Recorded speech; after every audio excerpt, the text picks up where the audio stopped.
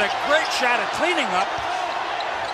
Shot clock back to 14 with that offensive rebound, and he works straight through a crowd. What's up, guys? Jacob Ober here. Welcome to another episode of BuckTalk, and tonight the Milwaukee Bucks battle back from a late 10-point deficit to steal a victory on the road against the Pacers, 107-95. The Bucks get the victory tonight, or maybe it was 105-97. Sorry about that.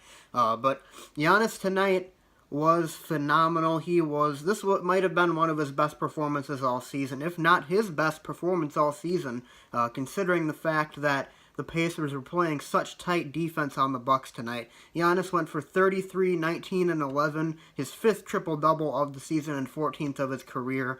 To be honest with you, I mean, watching this game, you know, the Pacers were playing really good defense on the Bucks from about the midway through the second all the way to about midway through the fourth. And then the Bucks kind of took over. Giannis took over for that matter, and he was playing phenomenal down the stretch. I believe there was a point in the game, it was about 2 minutes and 30 seconds left. The Bucks had battled back to tie it at 95, and Giannis, he looked like he was going to pop a three to give the Bucks the lead, but he found Ersan for a beautiful assist to give him the triple-double inside, and the Bucks took a 2-point lead and didn't look back from that. But yeah, vintage Giannis performance tonight, one of the best performances of his career, honestly. I mean, he was dominant in all aspects. His defense was fantastic, and he, especially in the fourth quarter, he was playing really, really hard.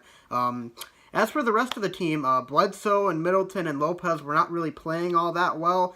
They came up with some huge buckets down the stretch, though I can't remember exactly what their statistics ended up being. Malcolm Brogdon also had a very good night tonight as well, though. But they all stepped up pretty big time in the fourth quarter, and Giannis couldn't have done it without them. I really, really like this resiliency that I saw out of the Bucks tonight. There's not a whole lot of games where they're faced with a deficit like they were tonight. There's not a whole lot of games where it's really even particularly close in the fourth quarter. But the Bucks tonight, they got a big, big victory. And, you know, this game, you know, I've had a little bit of concern about how the Bucks game translates into the playoffs, because obviously the playoffs are more intense, they're more physical, especially on the defensive end.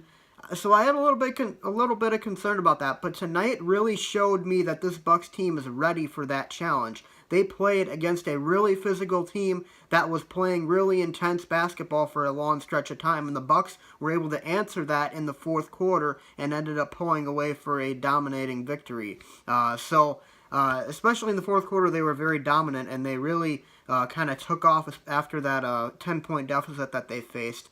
They finished the game on they went on a 9-0 run late. I can't remember what stretch of time that was. It was definitely late in the game, though. But they really turned on a switch late in that fourth quarter. And like I said, a lot to do with what Giannis did in that game in that fourth quarter. He was really dominant down the stretch, and the team definitely needed those minutes from him tonight. He played more minutes than we're accustomed to seeing him playing. He played pretty much the entirety of the fourth quarter except for about a 30-second break around the 3-minute mark.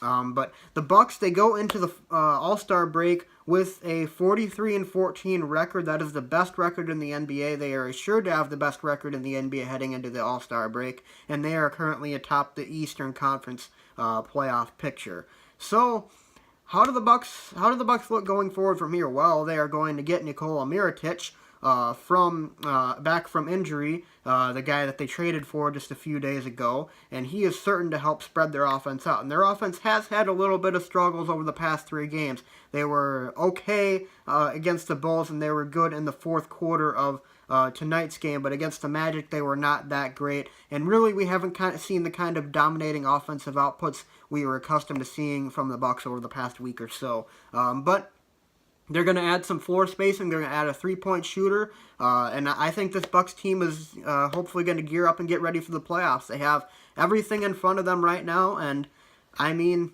it's really shaping up to be a great season for the Bucks and a great end of the season for them. And hopefully the Bucks can retain that number 1 seed in the Eastern Conference going forward and get that home court advantage in the Eastern Conference playoffs.